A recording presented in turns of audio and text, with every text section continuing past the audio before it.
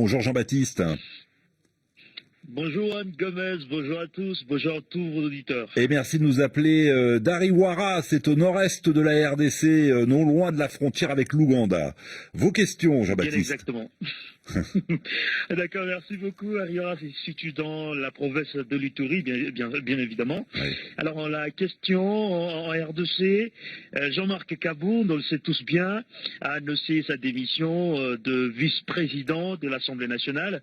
Alors on a en tout cas j'ai deux questions seulement à vous poser, je vais les poser coup par coup. Allez-y. Pour quelle raison Kabound a-t-il démissionné? Est-ce que cette démission est-elle un symbole, en tout cas, d'un clivage au sein de l'UDPS? L'UDPS, qui, faut-il le rappeler, le parti présidentiel, et Jean-Marc Kabound en est le président intérimaire. Bonjour Trésor Kibongula. Bonjour. Vous êtes analyste politique au groupe d'études sur le Congo. C'est donc sur Twitter, vendredi, que Jean-Marc Kabound a annoncé sa démission du poste de premier vice-président de l'Assemblée nationale, sans véritablement donner d'explication.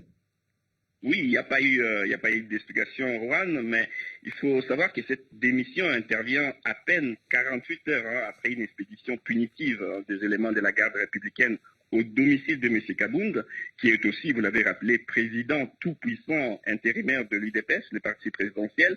Pour rappel, la veille de cette expédition punitive, des policiers de la garde de Kabound s'étaient comportés une fois de plus en justicier de la route, en arrêtant de manière musclée un militaire de la garde républicaine qui roulait en sens contraire, croisant ainsi le cortège de M. Kabound qui était bloqué. Ils avaient déjà fait la même chose avec le pneu du véhicule de la belle-mère du président de la République dans les mêmes conditions, nous apprendons autour du chef de l'État. Mais au-delà de ce fait de justicier de la route, c'est une décision, c'est une démission si elle se confirme, parce qu'on attend encore que la lettre soit déposée au bureau de l'Assemblée nationale. Les journées de samedi 15 de lundi 17 janvier étaient fériées au Congo, donc on attend que cette démission soit déposée.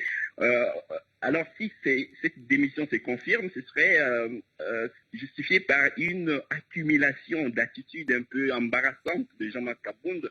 Il s'est comporté comme le vrai héritier de Etienne Tshisekedi, le père de l'actuel chef de l'État. Il agit comme celui qui est tout puissant. Il serait à la base ou l'auteur même de déboulonnement de l'ancien système Kabila qui était en place. Oui. Si Félix Tshisekedi a pu recouvrer toutes les marges de manœuvre, ce serait grâce à lui. Oui, c'est vrai qu'on dit qu'il a joué un rôle essentiel dans la formation de l'Union sacrée, cette coalition autour du président Félix Tshisekedi.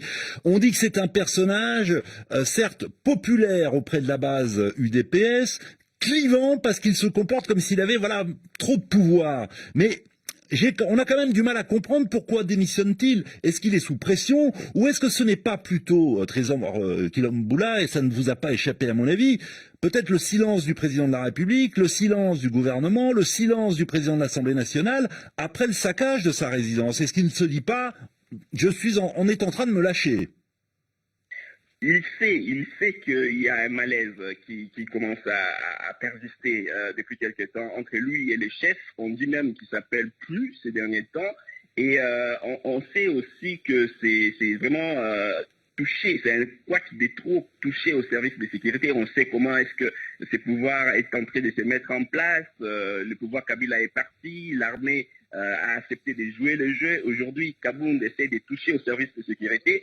Alors peut-être ce serait la goutte qui fait déborder aujourd'hui les vases, et il sait qu'il a été en train d'être lâché par le chef de l'État. Et l'auditeur parlait de choix des démissions, mais il semble de plus en plus qu'il s'agisse plutôt d'une injonction à démissionner, parce qu'on parle même d'une injonction à quitter même le poste de président à l'intérim de l'UDPS. Trésor Kibongula, le temps passe très très vite. Est-ce que cette démission, si elle est évidemment confirmée, n'est pas, ne représente pas, on va dire, un clivage au sein de l'UDPS, une fracture au sein de ce parti?